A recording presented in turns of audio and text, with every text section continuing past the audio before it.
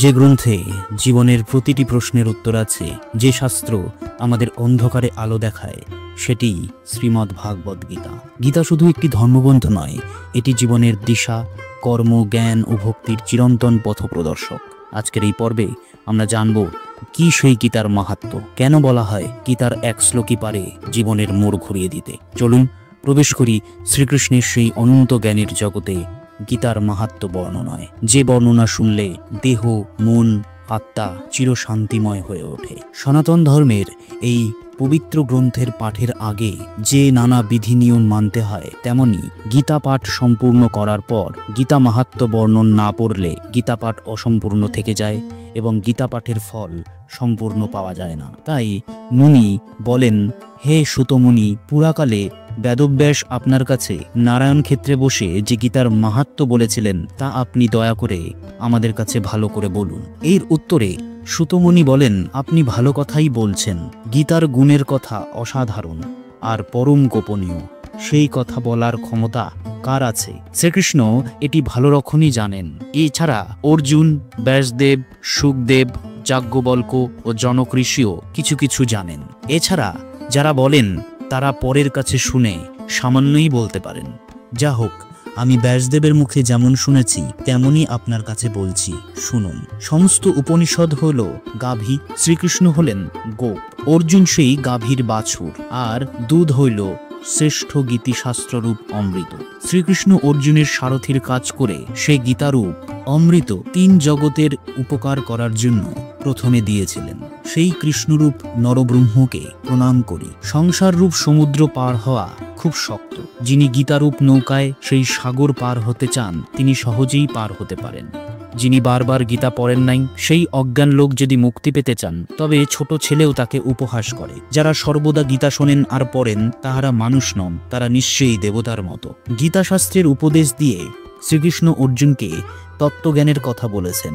এতে পরম ভক্তির তত্ত্ব এবং সগুণ ও নির্গুণ ব্রহ্মের তত্ত্বও বোঝানো হয়েছে। গীতার 18 অধ্যায়ে ভক্তি ও মুক্তির কথা বলা হয়েছে। এই 18টি সিঁড়ি বেয়ে ভক্ত ক্রমে ক্রমে প্রেম, ভক্তি প্রভৃতি কর্মে উঠে মন পবিত্র করতে পারে। এই গীতারূপ জলে নেমে স্নান করলে সাধু ব্যক্তির সংসারে পাপ দূর হয়ে যায়, কিন্তু যার শ্রদ্ধা নেই তার পক্ষে হাতির স্নানের ন্যায় এই গীতা পাঠ বৃথা হয়ে যায়। গীতা পড়া বা পড়ানো যে জানে না, সে এই পৃথিবীতে যা করে সবই বৃথা হয়ে যায়। সুতরাং যে গীতা জানে না বা গীতার মাহাত্ম্য বোঝে না, তার চেয়ে অধম আর কেউ নেই।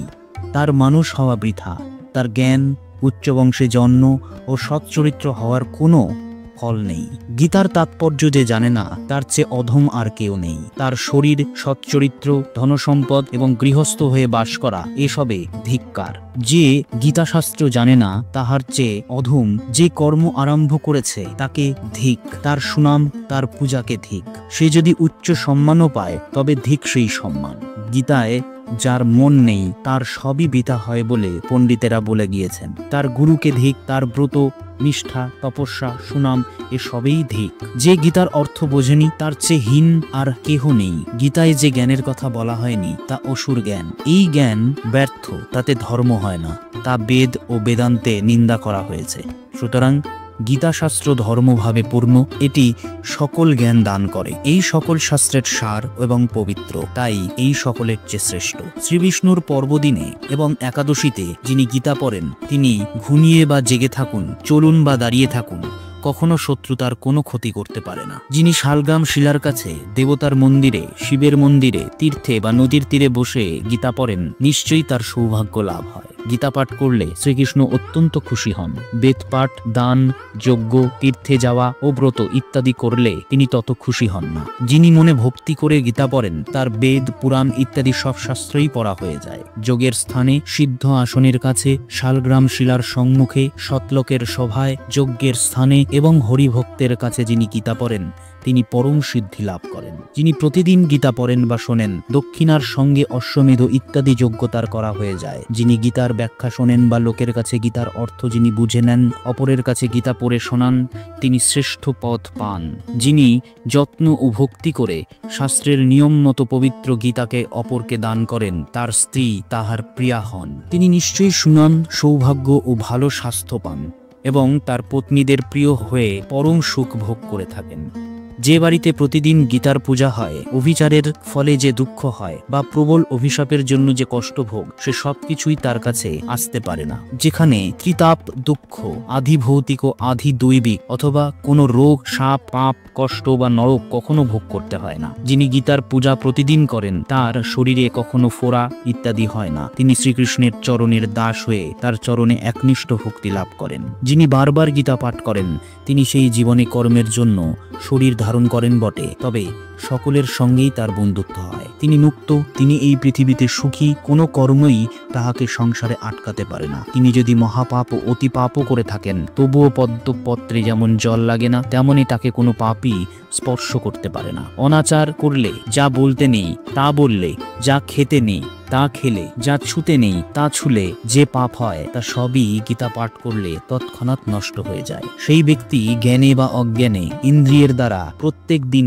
যে পাপ করেন, তাও সবই নষ্ট হয়ে যায়। যিনি গীতা পড়েন, তিনি যদি সেখানে সেখানে যান বা যার তার কাছে যা তা দান নেন, তবুও সেই জন্য তার কোনোই পাপ হয় না। তিনি যদি অন্যায়ভাবে কারো নিকট থেকে সমস্ত পৃথিবীকেও গ্রহণ করেন, তবুও একবার শুধু গীতা পাঠ করলে তিনি স্ফটিকের মতো শুদ্ধ, পাপহীন হয়ে যান। যিনি সর্বদাই গীতা পড়তে ভালোবাসেন, তিনি যজ্ঞ না করলেও সাগ্নিক, তিনি জপ না করলেও সর্বদা জপকারী, তিনি কিছু না করলেও ক্রিয়াবান এবং পণ্ডিত, তিনি সুন্দর, তিনি ধনী, তিনি যোগী, তিনি জ্ঞানী, তিনি যাজ্ঞিক, তিনি যাজক, তিনি সকল বেদের অর্থ বোঝেন। যেখানে গীতা পুস্তকখানি থাকে, যেখানে এই গ্রন্থ নিত্য পাঠ হয়, প্রয়াগ প্রভৃতি সকল তীর্থই সেখানে থাকে। গীতা যিনি নিত্য পাঠ করেন, তার জীবিতকালে তাহার শরীরে এবং মৃত্যুর পরেও তার মধ্যে সকল দেবতা, মুনি এবং যোগীরা বাস করে তাকে রক্ষা করেন।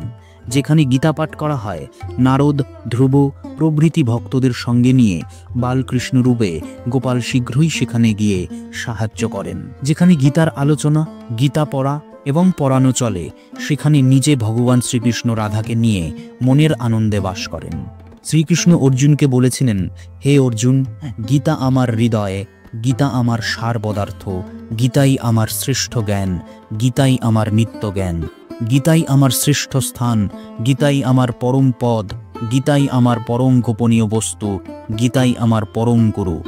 গীতা যেখানে থাকে সেখানেই আমি থাকি, সেটাই আমার শ্রেষ্ঠ গৃহ। গীতার জ্ঞানের বলে আমি 3 ভুবন পালন করি। গীতাই আমার শ্রেষ্ঠ বিদ্যা, ইহাই ব্রহ্মবিদ্যা, সন্দেহ নাই। গীতাই অর্ধমাত্রা, ইহাই শ্রেষ্ঠ বিদ্যা, ইহাই অনির্বচনীয় এমন পদ। হে অর্জুন, গীতার কয়েকটি গোপনীয় নাম শোনো। এই নামগুলি কীর্তন করিলে তৎক্ষণাৎ সকল পাপ থেকে দূর হয়ে যায়। গঙ্গা, গীতা, সাবিত্রী, সীতা, সত্যা, পতিব্রতা, ব্রহ্মা, বলি, ব্রহ্মবিদ্যা, ত্রিসন্ধ্যা, লুপ্তিগেহিনী, অর্ধমাত্রা, চিদানন্দা, ভবঘগ্নি, ভ্রান্তিনাশিনী, বেদত্রয়ী, পরানন্দা, তত্ত্বার্থ জ্ঞান মঞ্জরি। গীতার এই নাম কয়টি যিনি মন স্থির করে জপ করবেন, তিনি সর্বদাই জ্ঞানে সিদ্ধি লাভ করবেন এবং মৃত্যুর পরে পরম পদ লাভ করবেন। গীতা সম্পূর্ণ পড়তে না পারলে, অর্ধেকটা পড়লেও গোদান করলে যে পুণ্য হয়, সেই পুণ্য লাভ করবেন। যিনি গীতার 1/3 পড়েন, তিনি সোমযোগের ফল লাভ করেন। যিনি 1/6 জপ করেন, তিনিও গঙ্গা স্নানের পুণ্য লাভ করেন। যিনি প্রতিদিন মনোযোগ দিয়ে গীতার 2টি মাত্র অধ্যায় পড়েন, তিনি নিশ্চয়ই 1 কল্পকাল ধরে ইন্দ্রলোকে বাস করেন। প্রতিদিন ভক্তি করে একটি মাত্র অধ্যায় পড়লে তিনি রুদ্রলোকে যান এবং সেখানে গিয়ে ভগবান শিবের অনুচর হয়ে দীর্ঘকাল বাস করেন। যিনি প্রত্যহ গীতার আধ অধ্যায় বা 1 অধ্যায় 1/4 পাঠ করেন, তিনি 100 মন্বন্তরকাল সূর্যালোকে বাস করেন। যিনি গীতার 10টি, 7টি, 5টি, 4টি, 3টি, 2টি, 1টি বা 8খানা শ্লোকও পড়েন, তিনিও 10,000 বৎসর চন্দ্রলোকে বাস করেন।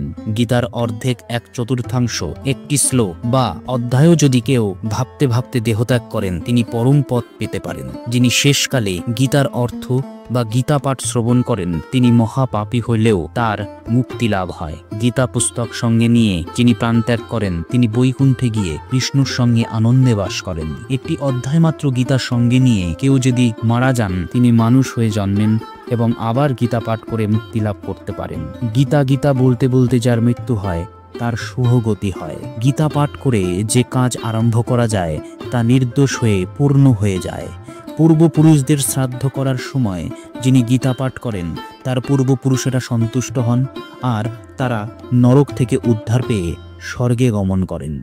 গীতা পাঠে পূর্বপুরুষেরা সন্তুষ্ট হন এবং শ্রাদ্ধে তৃপ্ত হয়ে তারা পুত্রগণকে আশীর্বাদ করতে করতে পিতৃলোকে চলে যান। যিনি গীতার সঙ্গে চামড় দান করেন সেই দিনই দাতার মনের ইচ্ছা একেবারে পূর্ণ হয়ে যায়। যিনি বিদ্বান ব্রাহ্মণকে গীতার সঙ্গে সোনাদান করেন তার আর জন্ম হয় না। যিনি 100 গীতা দান করেন তিনি ব্রহ্মলোকে যান, তাকে আর জন্ম নিতে হয় না। গীতা দান করার ফলে দাতা 7 কল্প অবধি বিষ্ণুলোকে বিষ্ণুর সঙ্গে আনন্দে বাস করেন। যিনি গীতার ব্যাখ্যা ভালো করে শোনে ও ওই পুস্তক দান করেন শ্রীকৃষ্ণ সন্তুষ্ট হয়ে তার মনের ইচ্ছা পূর্ণ করেন। যিনি অমৃত ন্যায় গীতা পুস্তক পড়েন, যিনি অমৃতের ন্যায় গীতা পুস্তক পড়েনও না বা শোনেনও না তিনি হাতের অমৃত ফেলে দিয়ে বিষও ভক্ষণ করেন। সংসারের দুঃখে কাতর হয়ে যদি কেউ গীতার জ্ঞান লাভ করতে পারে তবে সে গীতারূপ অমৃত পান করে ভগবানের প্রতি ভক্তি লাভ করে সুখী হয়। এই পৃথিবীতে জনক প্রভৃতি অনেক রাজা গীতা পড়ে পাপ থেকে মুক্ত হয়ে পরম পদ পেয়েছেন।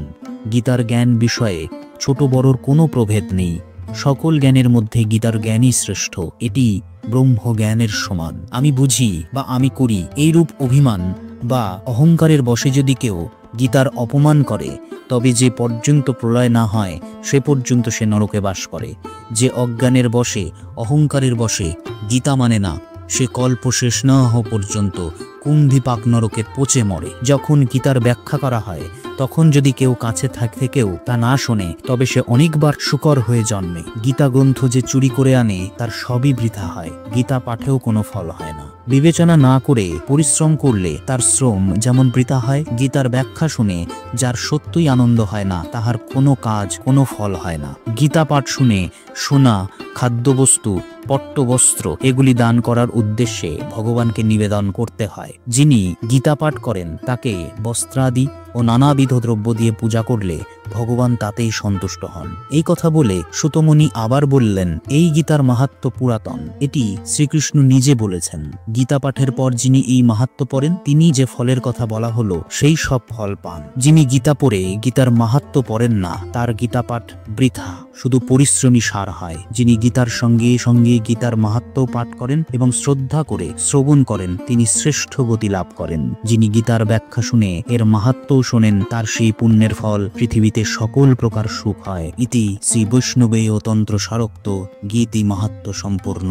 জীবনের প্রতিটি সমস্যার সমাধান আমরা এই শ্রীমদ্ ভাগবত গীতায় খুঁজে পাই। তাই গীতার শিক্ষাকে শুধু শোনা নয়, জীবনে প্রয়োগ করাই প্রকৃত গীতা পাঠের মাহাত্ম্য। আজকের আলোচনাটি যদি আপনাদের ভালো লেগে থাকে তাহলে অবশ্যই একটি লাইক দিন, শেয়ার করুন এবং অবশ্যই কমেন্টে লিখুন হরে কৃষ্ণ কৃষ্ণ কৃষ্ণ হরে হরে, হরে রাম রাম রাম হরে হরে। চ্যানেলটি সাবস্ক্রাইব করে রাখুন যাতে গীতার আরো অমূল্য শিক্ষাগুলো আপনাদের কাছে পৌঁছে দিতে পারি। ওম শান্তি।